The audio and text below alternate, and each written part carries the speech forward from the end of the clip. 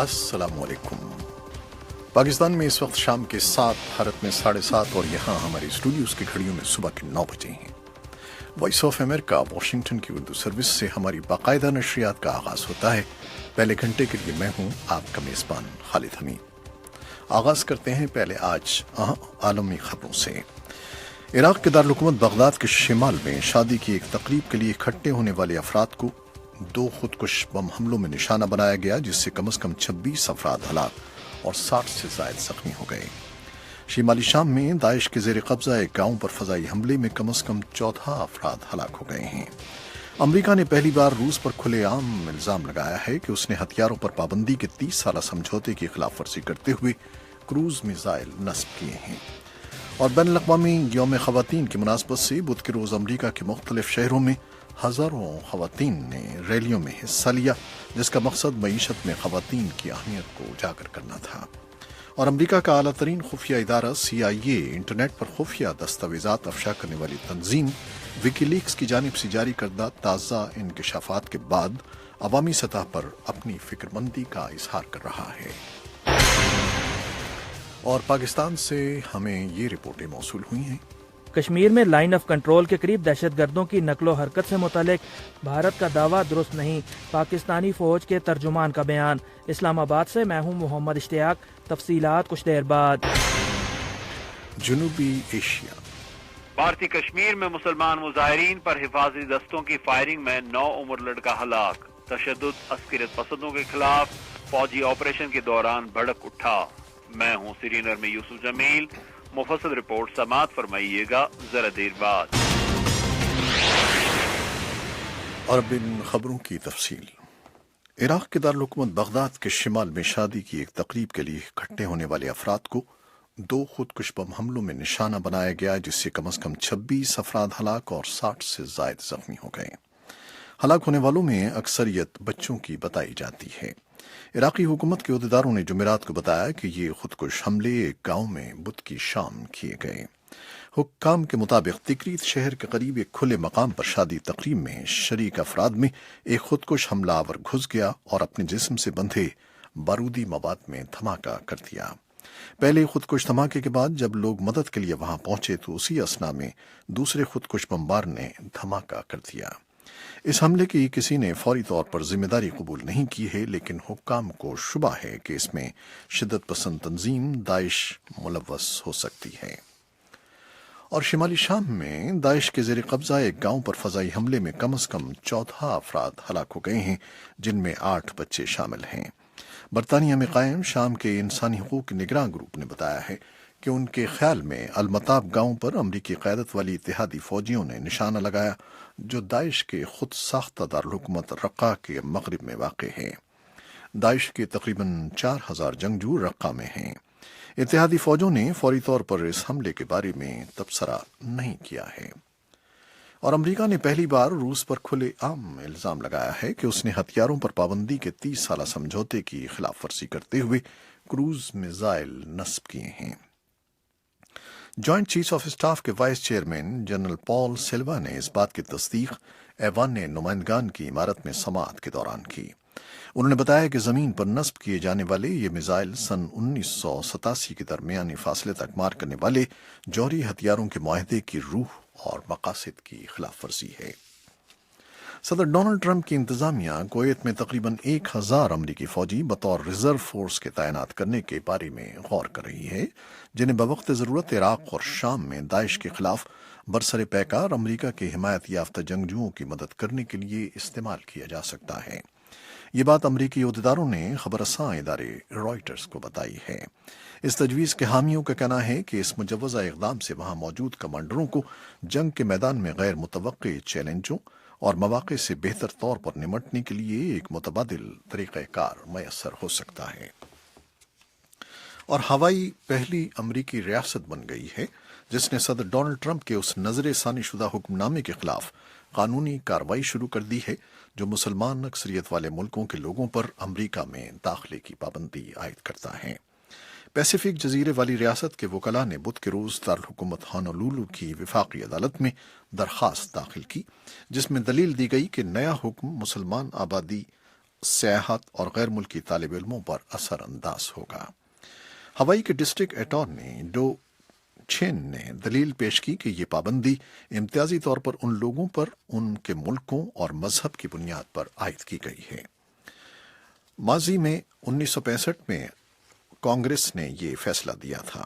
ان کا کہنا تھا Back in 1965, there was a decision by Congress to say we're no longer going to discriminate against. وہ کہہ رہے ہیں کہ ماضی میں 1965 میں کانگریس نے فیصلہ دیا تھا کہ ہم لوگوں سے ان کے آبائی ملکوں کی بنیاد پر امتیازی سلوک نہیں کریں گے، اور خاص طور پر تارکین وطن کے قانون میں۔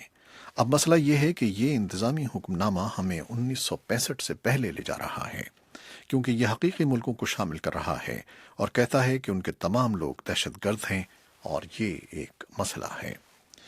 یہ تھے فیڈرل ڈسٹرکٹ اٹارنی ڈو کرس کے الفاظ۔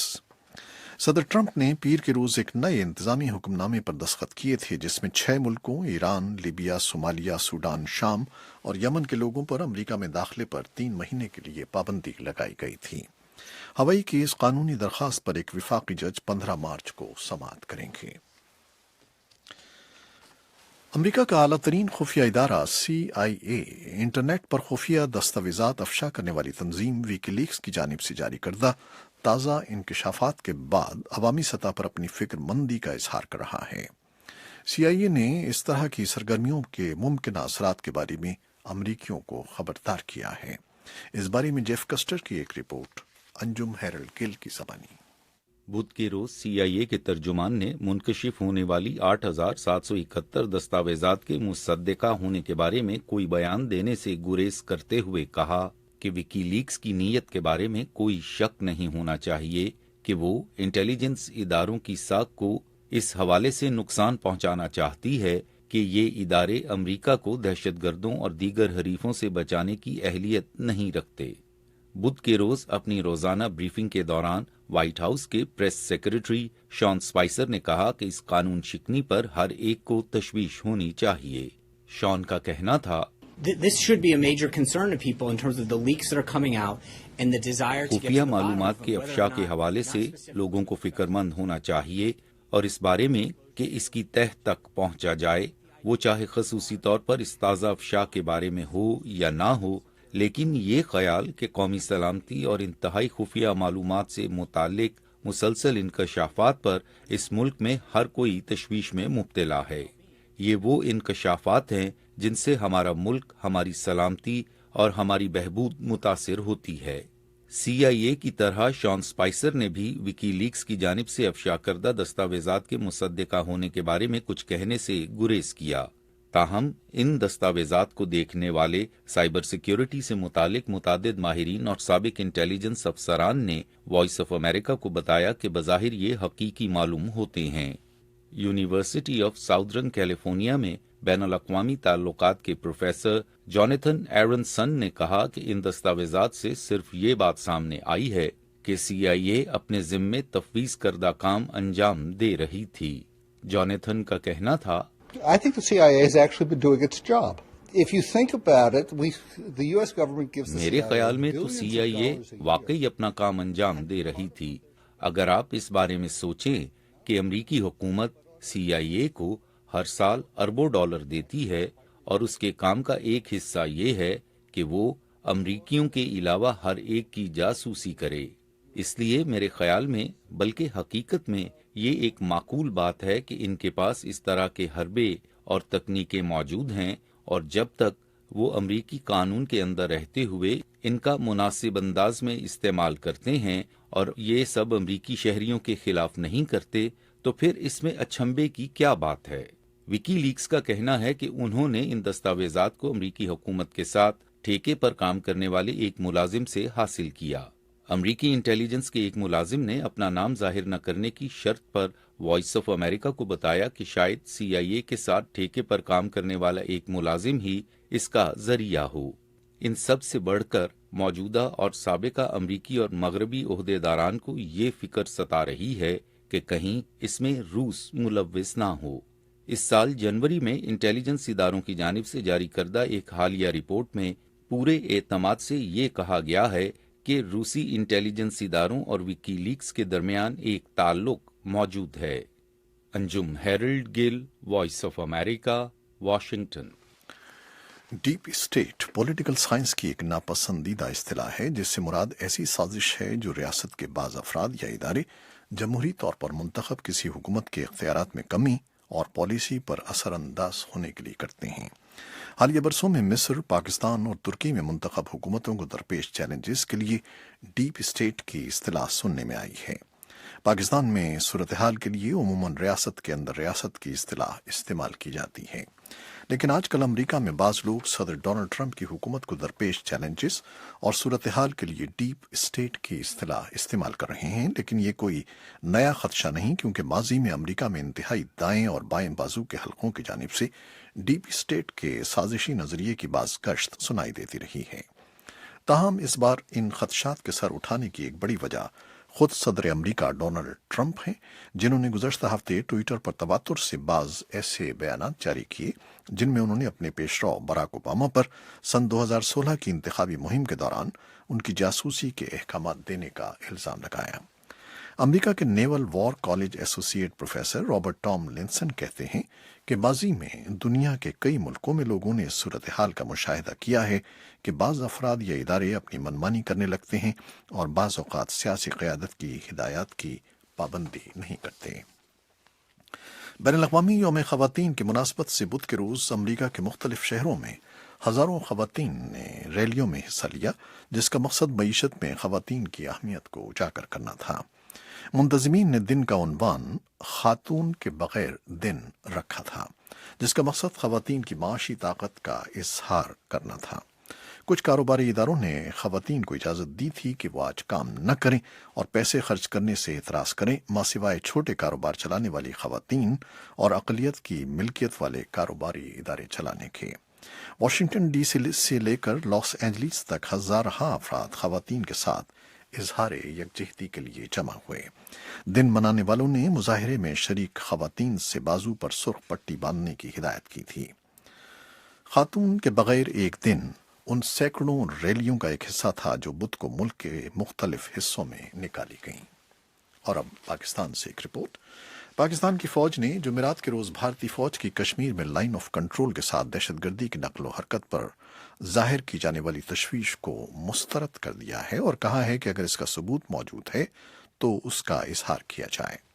مزید تفصیلات کے ساتھ اسلام آباد سے محمد اشتیاق۔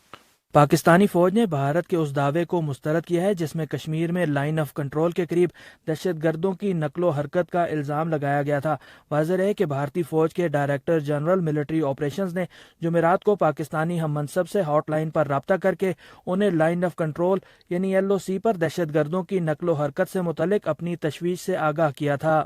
پاکستانی فوج کے ترجمان میجر جنرل آصف غفور نے سماجی رابطے کی ویب سائٹ ٹویٹر پر ایک پیغام میں کہا کہ ہاٹ لائن پر رابطے کے دوران LOC پر دہشت گردوں کی نقل و حرکت کے بارے میں بھارتی تشویش کو سختی سے مسترد کیا گیا۔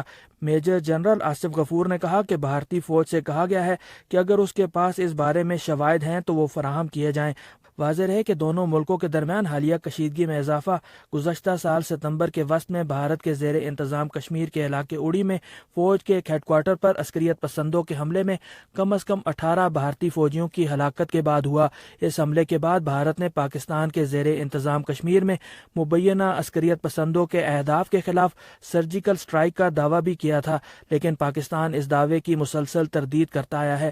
دفاعی تجزیہ کار ماریا سلطان نے وائس آف امریکہ سے گفتگو میں کہا کہ دونوں ملکوں کے ڈائریکٹر جنرل ملٹری آپریشنز کے درمیان رابطے سے اس بات کی عکاسی ہوتی ہے کہ صورتحال خاصی کشیدہ ہے۔ کیونکہ جب ملٹری آپریشنز کی طرف سے بات کی جاتی ہے تو اس کا مطلب یہ ہے کہ صورتحال اچھی خاصا کشیدہ ہے اور جس کو آپ جو ہے نارملائز کرنا چاہ رہے ہیں، پہلی بات۔ دوسری بات یہ کہ آپ یہ کوشش کر رہے ہیں کہ اگر کوئی غلط فہمی کی بنیاد کے اوپر کوئی چیز ہو رہی ہے تو اس کو دور کیا جائے، لیکن اگر موقف میں اتنا زیادہ فرق ہو تو یقینی طور کے اوپر اس سے معاملات آگے نہیں چلتے ہیں۔ انہوں نے کہا کہ خطے کے امن کے لیے ضروری ہے کہ دونوں ممالک مذاکرات کی راہ اختیار کریں۔ دریاسنا پاکستانی وزارت خارجہ کے ترجمان نفیس زکریا نے سمجھوتا ایکسپریس دھماکوں کے ماسٹر مائنڈ سوامی آنت کو بھارت کی عدالت کی طرف سے بری کرنے کے فیصلے کو افسوسناک قرار دیا ہے۔ بھارت سے مسافروں کو پاکستان لانے والی ٹرین سمجھوتا ایکسپریس میں 2007 میں دھماکوں کے بعد آگ بھڑک اٹھی تھی، جس سے 60 سے زائد افراد ہلاک ہو گئے تھے اور ان میں اکثریت پاکستانی شہریوں کی تھی۔ یہ واقعہ بھارتی سرحد کے اندر پیش آیا تھا اور پاکستان دھماکے میں ملوث افراد کو سزا دلوانے کا مطالبہ کرتا آیا ہے۔ محمد اشتیاق، وائس آف امریکہ، اسلام آباد۔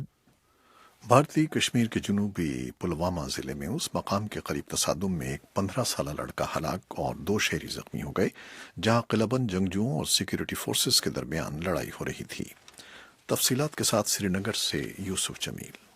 بھارتی فوج، مقامی پولیس کے شورش مخالف اسپیشل آپریشنز گروپ اور بھارت کی وفاقی پولیس فورس CRPF نے جنوبی ضلع پلوامہ کے پدگام پورا گاؤں کو بدھ اور جمعرات کی درمیانی شب کے دوران گھیرے میں لے کر ایک آپریشن شروع کر دیا، اس اطلاع کے بعد کہ وہاں کے ایک نجی گھر کو مسلمان عسکریت پسندوں کی ایک جمعیت کمین گاہ کے طور پر استعمال کر رہی ہے۔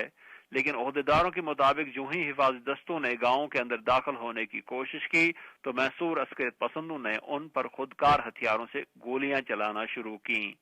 ایک عسکریت پسند نے، جس کی بعد میں کالعدم لشکر طیبہ کے ایک اہم کمانڈر جہانگیر انائی کے طور پر شناخت کی گئی، حفاظتی حصار توڑ کر فرار ہونے کی ناکام کوشش کی۔